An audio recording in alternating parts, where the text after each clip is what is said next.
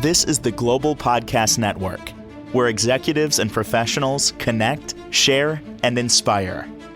Stay tuned for the conversations that drive success.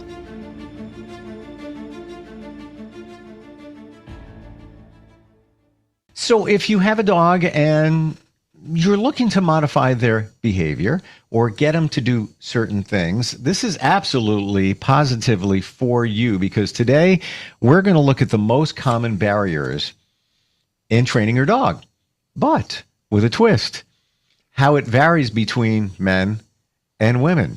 I didn't know that we could differentiate between the sexes, but apparently we're creating our own barriers depending on if you're a man or a woman. Let's learn about that today. She is the owner and senior dog behavior consultant at Paws, Mahal. Love that name. She's back with us. She is truly our expert in this field, and she is Carol Culpepper on the program. How are you doing today? I'm doing very, very well. Thanks a bunch. And I'm not the expert, but there's only one of them. But I thank you for that. That's awful gracious. In my world, you're the expert. You got the answers when bless your heart, Steve. we're looking for that. I appreciate it.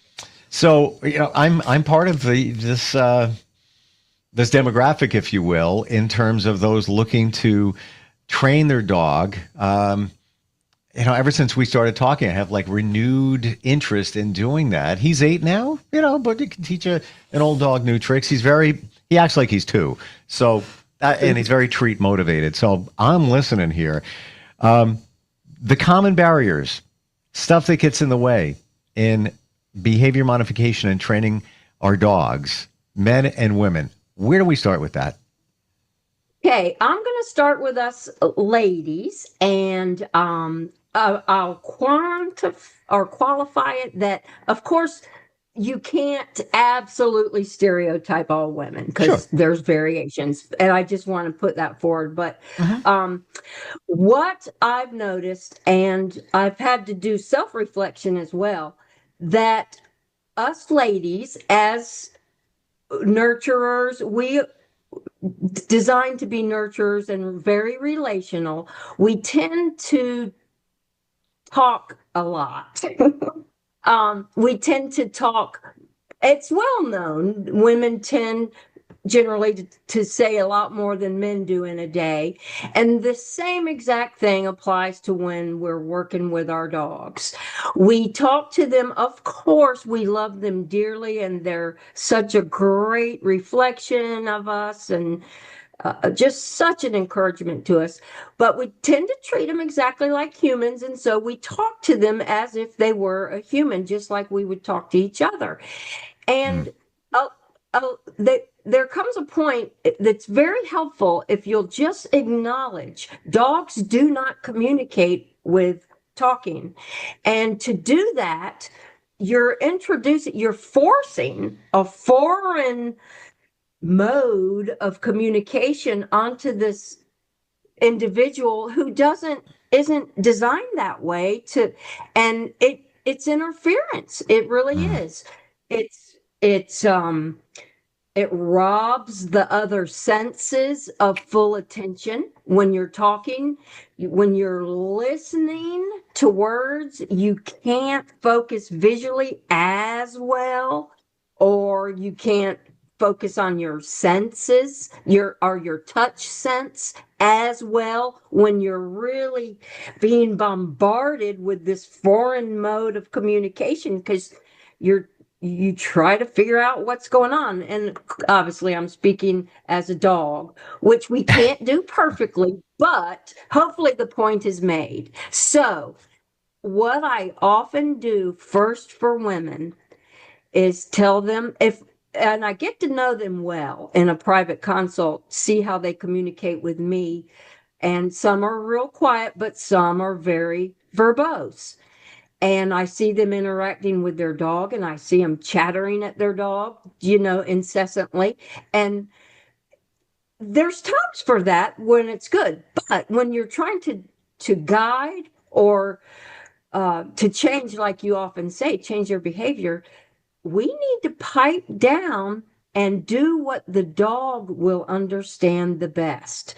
And yes, we can use words, but we need to limit them, and namely to the cue word that we are trying to teach them, like sit. We don't say sit. Now you heard me. I said sit. Now you do it. But that gets done. We just say sit, period. No more. Then we wait for the response. And when it comes, which it will come, we reward. So it's so much simpler. And if we'll simplify it for ourselves, we'll simplify it for the dog, and they'll learn more quickly. And they won't be distracted and excited by all that noise. Now, Blah, blah, blah. That was a long mouthful. but well taken and understood. Would you say, and I've heard that dogs are visual, so the verbal commands are secondary. Would you say we probably would be better off if we shut the blank up and just did a visual command, if you will? I know we add the word because if they're not looking at us, they're not going to see the command. So when you say the word, they're going to focus on you. But in a perfect world, we might not even have to talk. Would you think that would even be possible because they're so visual, they pick up on your body language? Amen. In fact, one of the primary words, if not the most important word we teach them, is their name. And their name is just a verbal cue. It's like a vocabulary word. It's not self-identity related because dogs don't have a sense of self-identity like we do. But we define what spot means. And what I recommend and what I try to remember even myself, it's hard with with my own dogs, their name means look at me, give me eye contact. That's it. So we teach them spot. He looks at us, good boy. And so once we can get that from them, they will be looking at us. So we can do visual cues without words. Not that I'm not advocating it's absolutely necessary, Yes. verbal, but just the verbal cue, period. I like once, and wait at least 5 seconds before we repeat it, and give them time to process it and sit. It'll get faster and faster and faster. But back to your question, Steve, the simple answer, I think, was a yes. If we can get them to look at us, we could, and I know of trainers that only use visual cues, hand signals, you can use tools, etc. Something they look at and they know what that means to do. Yep. And again, I guess the saying something is to get their attention because they're not always focusing on you. So we got to say something to get them to look. Exactly. So you can do the hand signal. All right. So we identified one thing that women do, a little too many words when it comes to dog training. What are some of the common barriers that men put up in terms of training? And I'll say another qualifier, they're not intentional. And, Sure. and I'm not criticizing, but I got okay. You. Yeah. So with men, because now this will be controversial, but you fellas are definitely stronger physically. We know that upper body strength is greater. So you don't realize that, but you use a little too much muscle. Like some fathers, they'll train their dog, or they have a lower octave voice, so it's more booming, and what are attributes of a man when they're counted on, the weaker members of and not weak in a bad way, but physically not as strong, like children or the wife, they're not able to maintain the same standard, the same boundary of strength, because they just don't have it. So it sabotages success for the rest of the family. And they'll play rough with the dog and they can handle it. And that doesn't knock them on their rears. But when the dog has been trained that that's permissible in that degree of intensity, it it can hurt someone. Does that make sense? Yeah. Yeah. And I'm not talk. really surprised on that one. But I get it. I totally understand it. Um, and that dog is that man's best friend in some regards. So there's a certain maybe expectations that a man might have on the dog too, which could be challenging for the dog, I think. Well, sure.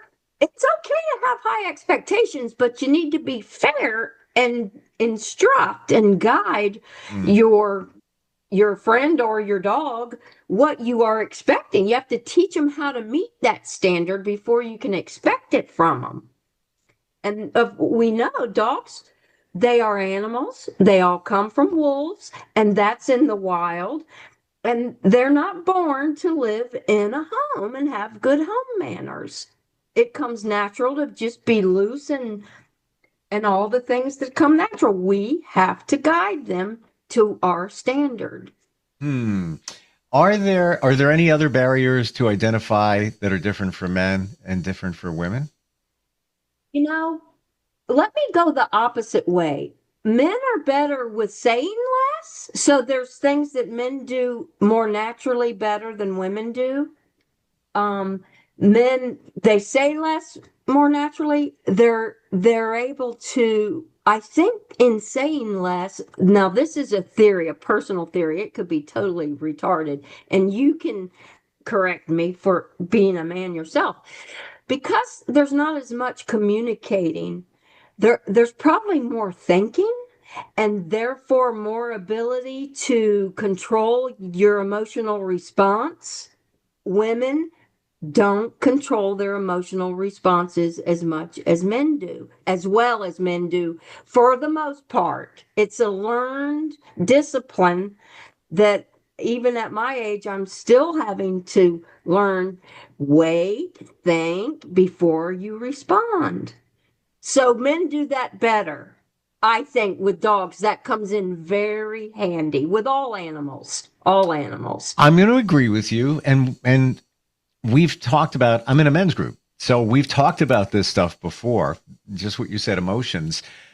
However, when a man does allow emotions to, best description, get in the way, sometimes it can go way wrong because he'll, Men, with men. Yeah, exactly. But I could see that, not that men don't love their dog as much as women, but the emotional component is in there, and maybe that could potentially water down the commands and the goals that you have for your dog. yes, and it's not rocket science, but it's it's very practical, and it might seem like duh, no kidding, but people don't always consider these things, and they really don't. That's my experience, and it is my experience. This is my experience, what I see, and I see things for what they are. No sugarcoating, no. And that's what you have to deal with. It doesn't even have to do with dog training sometimes. Just has to kindly and patiently try to guide my fellow women. Try to start disciplining your words, how much you say. That's going to help you with your dog. Not Hmm. It's not an amazing scientific mystery what to do to get it to sit. So Yeah, anyway, you got to feel for dogs because they must be so confused sometimes with the things that we say, yes, right? yes, amen. And Mm. that's a good segue to one more positive thing about, or things that women do well. Because they are more nurturing and more relational, they're more aware Oftentimes, and again, it's not all across the board, but they're very sensitive to the dog's response and sometimes too sensitive to are overly responsive about it because it is a dog. But like take for instance walking up on a dog that's fearful. A woman will probably might go a little slower or a lot slower and see each movement the dog makes and thereby not intimidate and cause the dog to flee, where a man just walks up like a bold, confident, strong, and the dog runs away because that scares it to death. Mm, wow. So Okay. that's another one. Mm. And That's it's another funny. one. I'm getting flashbacks in my mind from when I first got my dog. It was a puppy. He wasn't having it with me. My daughters, my ex at the time, he was no problem. When it came to me, he would bark at me like, "Rah, rah, rah." I had to get down on my hand like a dog on my all fours. Right. And I guess show him that, I am the leader of the pack here at that moment. But I had to get at his level, and I was a little worried. I didn't know if he was going to take to me. Meanwhile, I'm the one that picked him out. It was my idea to get him. It was all of that. So yeah, maybe he was picking up something, my vibe, my energy. I don't know, but yeah, got past it. But I was a little concerned. I got to be honest with you.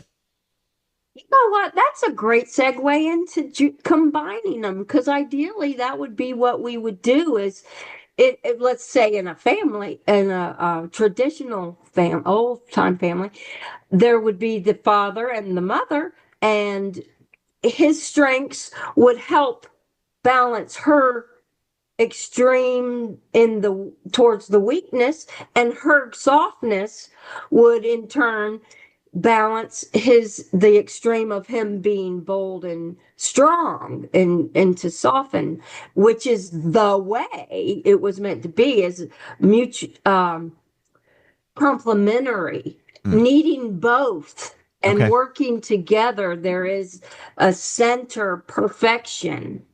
Um, and yes, because women are too soft with the dogs sometimes when it's calling for a little bit of sternness. And then men, Steve, you mentioned it's not a matter of, I don't see it as anymore. I used to see it as a manner of dominance. There are alpha wolves, but it's not, and they do obtain their position by strength ultimately, but they don't go around asserting that unless it's necessary.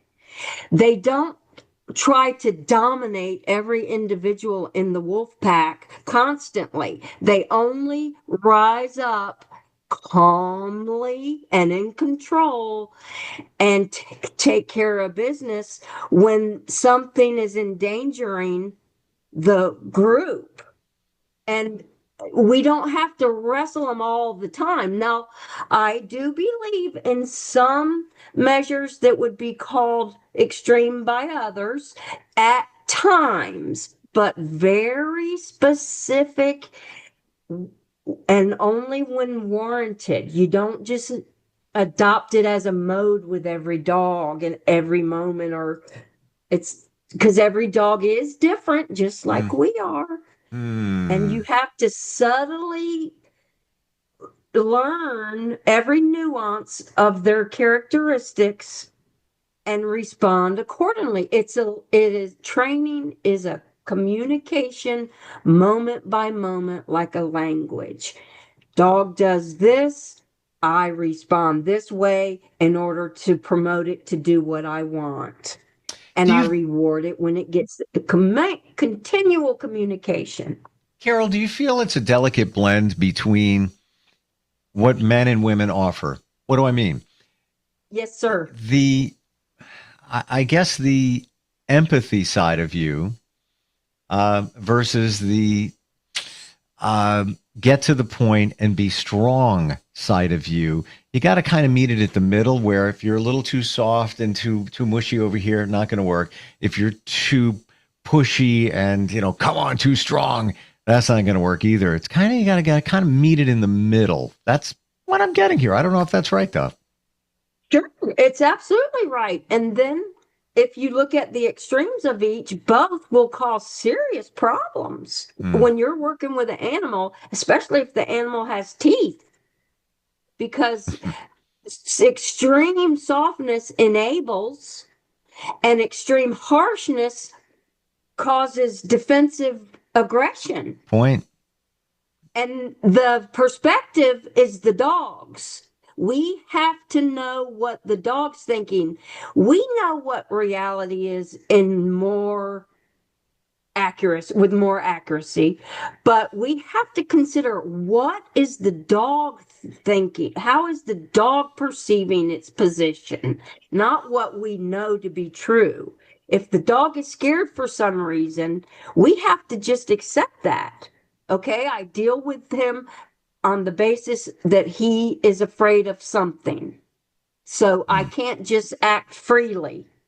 I have to respond considerately if I want to succeed with no one getting hurt and succeeding with the dog becoming less fearful. And that kind of leads into the dog. It all depends on the dog in terms of the direction you go in, I would imagine. You know, let's say you're in the sweet spot, the mix between empathy, call it a little mushy, to the authoritative, you know, really being forceful. I mean that in a productive way, but the other side of the spectrum. But it really kind of depends on the dog. You know, I think it's almost like if you're a disc jockey and there's a party, you need to read the room. You need to read the dog. What they're going to respond to, what's best for them. And I am thinking that's where most of us, the untrained professionals, go wrong. We don't know how to do that. That's what dog trainers do. They know the dog, they know the breed, right?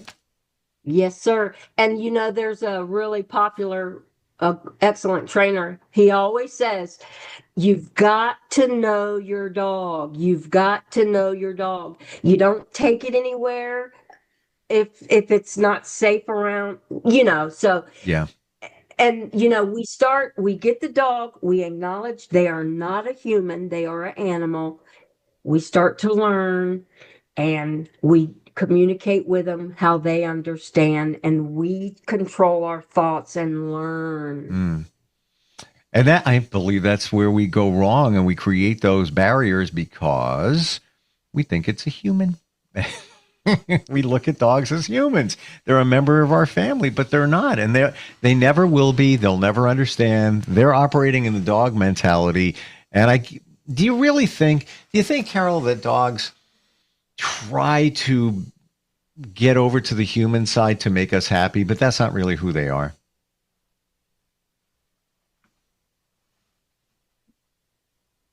To please us. They go for what suits them best. And as beautiful and wonderful as it all works together and appears, they're really selfish. They can't help it. Wolves wouldn't survive if they didn't get what they need and want. Yeah. So, and it's not a choice for them. It's not a morality. It's just what's going to get me what I need and want. I believe what you just said, and it came at the right time. We're out of time. Dogs are selfish. We're not. That's not mean-spirited. That's the reality. Give me what I need. I'm a dog. And if you think of that, that's where it's at. They want a treat, so they're going to do something for the treat. They may look like a human when they do it. They may respond like a human because you gave a word and they did it. But they're selfish, and that's great. That's how they're wired. Like you said, that's why they're still here. That's why they're still here. Wow. Yeah. Amen. There's lots of reasons. Well, anyway. Maybe next time we get into that, because I'm processing it, but I would even like to go deeper into that. And this is so not negative. It almost sounds, dogs are selfish. That's horrible. Look at them. The word selfish is but that's not what we mean. That's what they are. Paws, Mahal, Paws, and that's MAHAL.org is your website. You're located in, if I remember, Arkansas, Sherwood, correct? Yeah, Sherwood, Arkansas, near Little Rock. Yeah. I mean, if you're nearby, you can certainly support people there and their dogs, but virtually too, you're available for questions, consultations if somebody goes to the website? Yes, sir. Yes, sir. Beautiful. Thank you for this interesting topic today. It was very insightful, and I appreciate it. Well, thank you, Steve. Thanks. We'll catch up soon. We'll be right back. This is the Global Podcast Network, where executives and professionals connect, share, and inspire. Stay tuned for the conversations that drive success.